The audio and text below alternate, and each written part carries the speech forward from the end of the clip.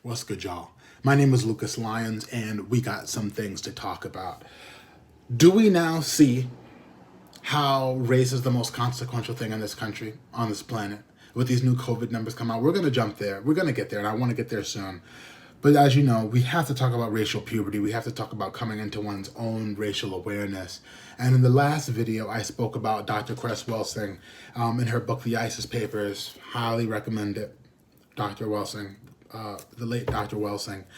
And I just wanted to talk about this because it was actually a teacher of mine in high school, Church Farm School. Shout out Church Farm School. Shout out Griffins. It was a teacher in high school, Mr. Rogers, God bless your soul. My first African-American history class, in which he described a lot of what she's described in this book, and he might as well have had said her name. And I didn't pay attention to it back then because I was living a tragic, trashy lifestyle of trying to accumulate sort of this fantasy of this American dream, really the American dream being white wealth, a white lifestyle, this sort of laissez-faire capitalism, let it be what it is, let's not pay attention to. I was just living a lifestyle that wasn't for me. I was living a lifestyle that I saw on TV, in which America tells you that you should fiend after, which very few people acquire, especially if you're ADOS. And so Mr. Rogers, this teacher, he was trying to explain this to us. I wasn't listening at all. Years later, coming to find out, he was talking a lot about what Dr. Welsing was describing. And I bring up Dr. Welsing because, and I'll click the links in the description below, she is one of the most brilliant, foundational, she's a pioneer of Black psychology. She's a pioneer of psychology. She really transformed my thinking about how I live. And that's because she gave a very functional definition of white supremacy, in which basically what it comes down to, and it's something that really made me think. And I highly recommend, again, you read her book, The ISIS Papers, and what she said, she gave a fundamental reason for why racism exists, because people ask why does racism exist? Slavery came first, and then racism came as a justification for slavery, and what's the point, and what she said, and it's fascinating to me, she said if you put all the people on the planet, if you put all of them in a bucket and you swirl them around, what color would you get? Now, the color wouldn't be white. White would be completely, that's that one drop rule, wiped out. And she says white people instituted policies of white supremacy. They believe in this religion of white supremacy, the idea that white life is fundamentally more important than non-white life, because if they didn't, they would go extinct. Now, when you first hear that, especially depending on who you hear it from, this sounds like this in the Black community, conspiracy theories run amok. Even though some conspiracies are real, let's just be honest about it. And when you hear that, and depending who you hear it from, you're like, what are you talking about? Like this whole thing about annihilation. But that makes sense. There's some psychological reason for why white people act barbarish when it comes to people of color, specifically ADOS in America. And you've seen this time and time again, and in videos to come, I'll talk about the history, but this is one of the earliest books that I actually read and I took seriously, it being in college. But when I read this book, this cemented something in my mind, because once you read this and you understand this, and then you read history and you see how, and there are some exceptions, don't get me wrong, but you see how time and time and time again, white people terrorized Black people. I'm talking about mutilation. I spoke about this in my last video, I believe, just children, women, men having festivals to celebrate the destruction of Black bodies. And there is something fundamentally wrong with that psychology. And she says because of the melanin, because of the biological factors, and because not having melanin is, she uses the term recessive genes, is not inferior. Now, when you hear recessive, you think inferior, but these genes that don't produce melanin, because they are recessive when it comes to genes that do produce melanin, white people are terrified of that. And this has really transformed my thinking as I've just gone through life, because I'm also under the impression, this is a hot take here, that if things were truly separate, if things were truly equal, we would have had a harmonized America by now.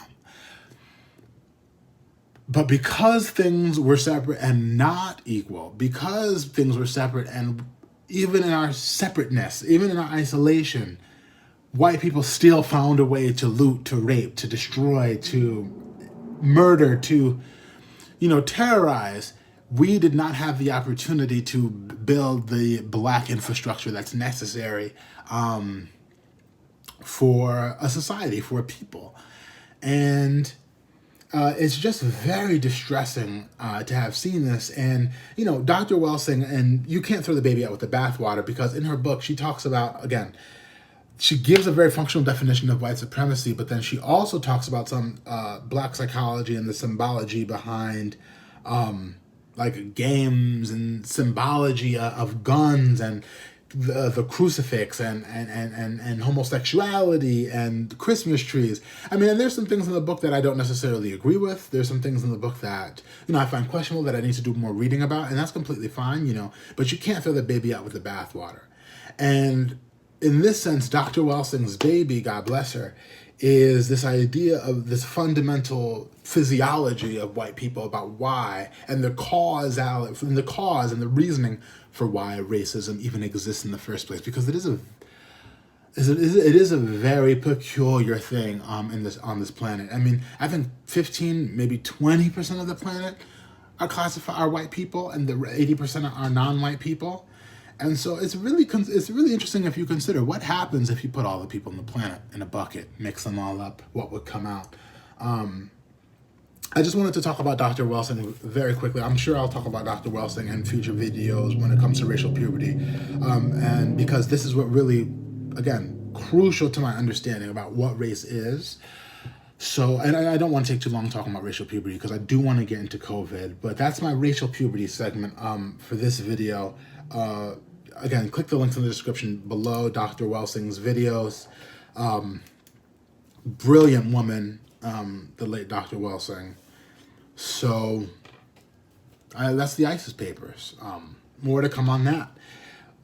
To jump in the meat and potatoes of this video, COVID-19 race. New data is out showing that, let me open my laptop right here. It's just, new data is coming out showing that, 70% of the COVID deaths are black in Chicago. More than half of the deaths, and they're a third of the population of Chicago. More than half the deaths in, Michigan are black people. They're 13, 14, 15% of the population. You got the BBC writing an article talking about how coronavirus wreaks havoc on African-American neighborhoods. And when they use the term African-American, you are going to see that these are ADOS people. You got more data just coming out talking about how it's disproportionately affecting black people, ADOS specifically.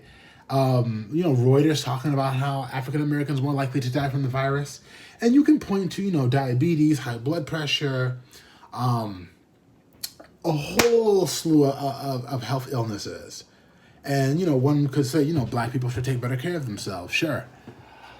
Why haven't black people been taking care of themselves? Why haven't black people had the access to fresh food, fresh produce, fresh water, the education around exercise, education around being healthy, the opportunities to do so? I mean, I don't like the term environmental racism, because the environment sees no color,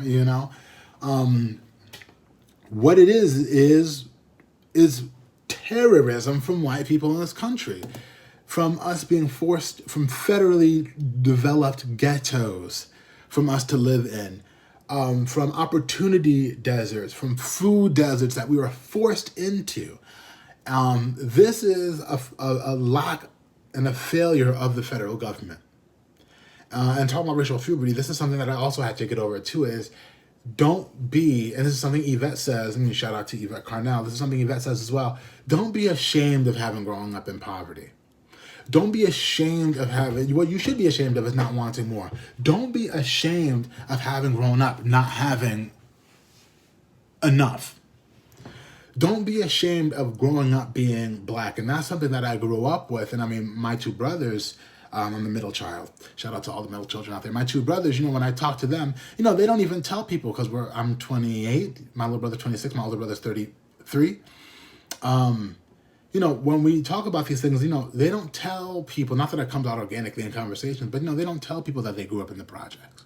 They don't tell people that they grew up poor, as some fear of it's emblematic of your character, of some failure of your character. No, that's not the case. And we're seeing that right now with these COVID-19 outbreaks, and you need to click the description. Every news outlet is showing this, and all of this data is coming out right now. We talked about this. And this has been called. You see all the data coming out right now showing that black people are being affected in disproportionate numbers compared to their population in this country. And you're going to continue to see that as the weeks and as the months go by. And then you look at people like, Bernie Sanders, who just dropped out of the race, thank God, who tried to have this 11th hour town hall for African Americans and COVID-19, like as if that was going to keep you in the race. Too late for that, Bernie.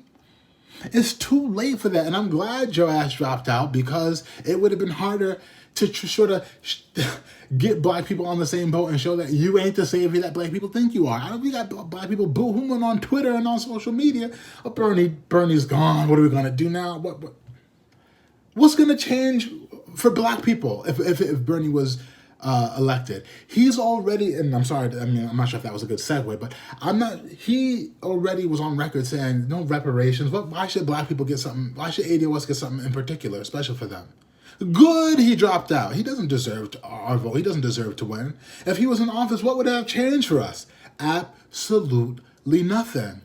And he hit that 11th hour talking about African Americans that we have in a town hall talking about coronavirus. No, Bernie. And one last thing on Bernie Sanders, because I don't want to give him too much attention in the middle of all this. One last thing, I'm seeing pictures and images, people talking about how he was part of the civil rights movement and marching, and he chained himself to a black lady, and what other politician did that? I don't care.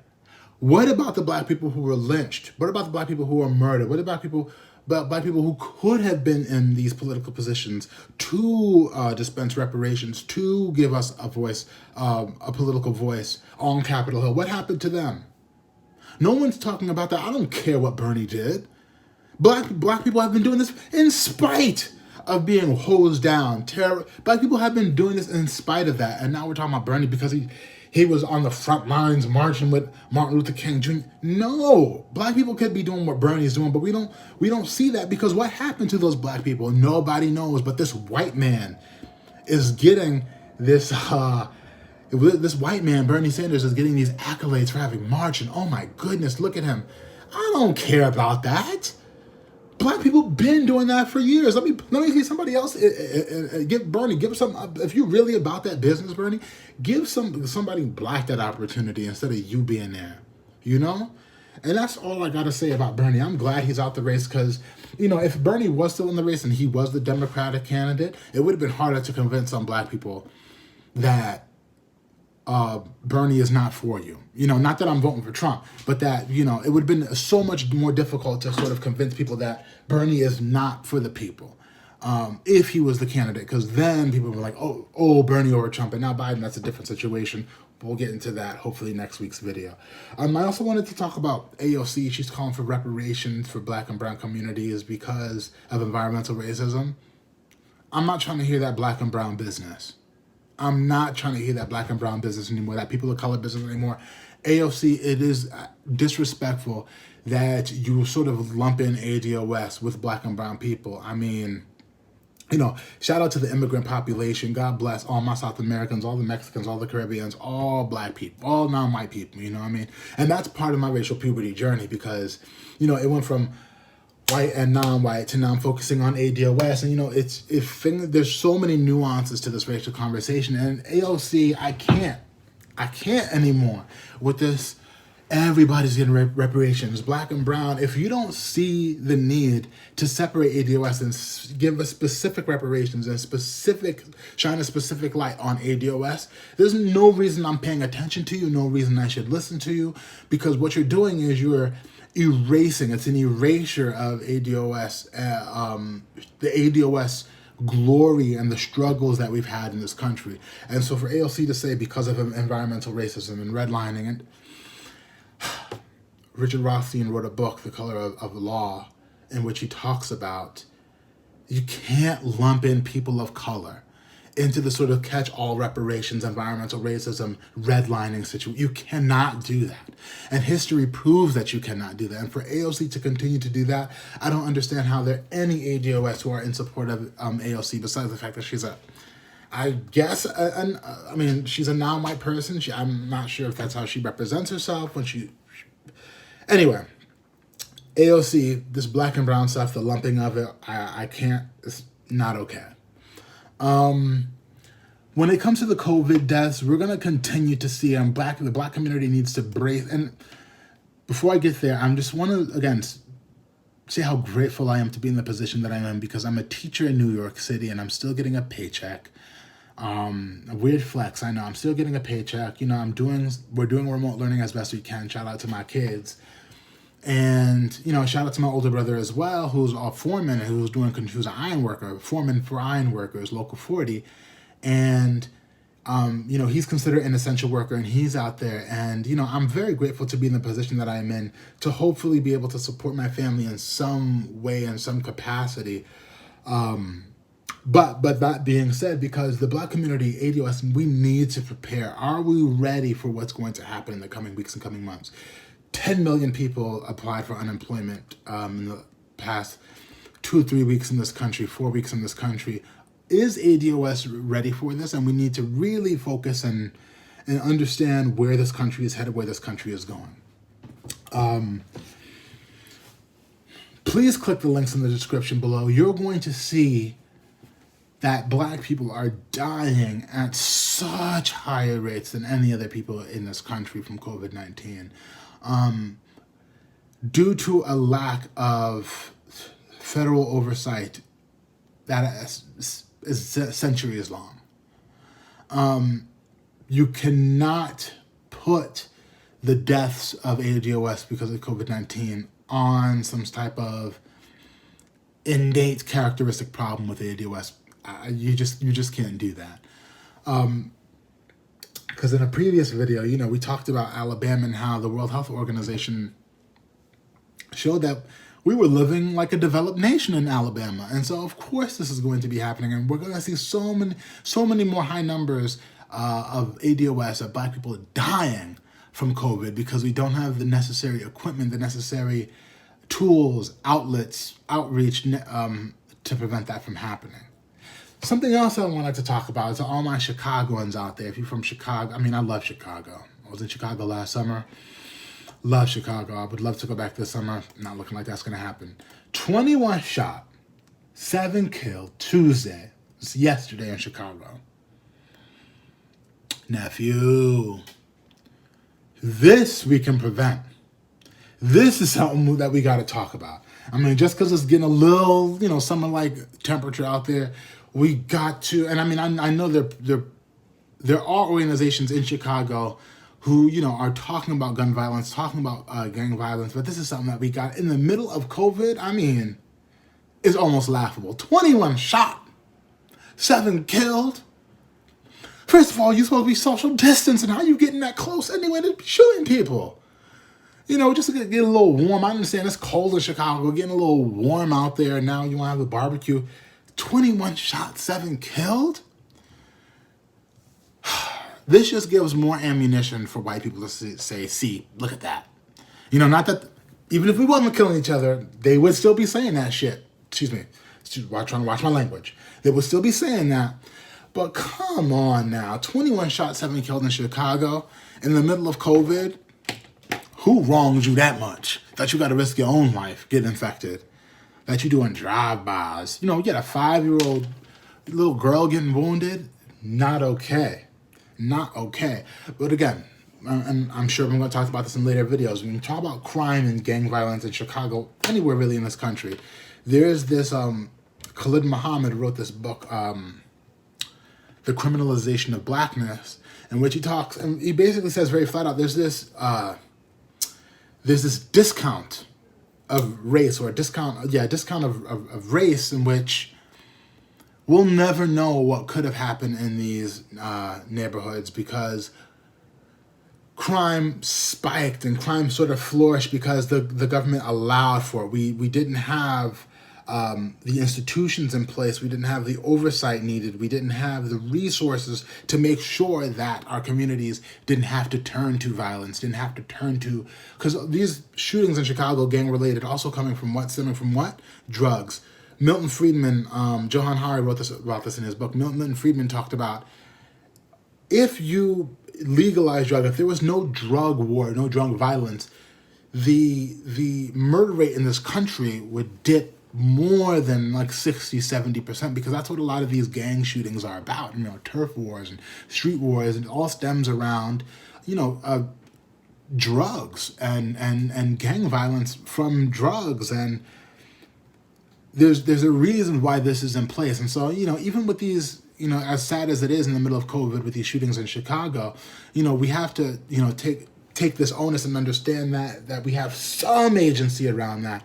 But to speak about a little bit of the criminality of blackness, and how this has just been in the water. The fact that people are still killing each other in Chicago shouldn't be happening. Something that we need to address, something that we need to talk about. Shouldn't be happening. But these things are not unexpected at the moment, and this is what we need to bring to light. This is why I have a YouTube channel. Spread the message, spread the love. So, to summarize, talked about Dr. Francis Cress Welsing. What I really need you to do is I really need you to take a look at the numbers in the description, click the links in the description below, when it comes to Black people. And again, people have been saying this for a while now. You're going to see Black deaths skyrocketing in this country due to the federal, state, and local violence put in place to make sure that Black people, in the event there was a pandemic, we don't have the necessary precautions in place to keep our community safe, keep our people healthy, and it's really, really despicable. So, thank you for watching. Thank you for listening. I hope you got some information from this. Again, a lot of the receipts, citations, click in the description, the links in the description below. Racial Puberty number 5. Looking forward to the next video. Share the video, subscribe, like, comment, do all those YouTube things. Again, thank you for watching. Thank you for listening. Until next time.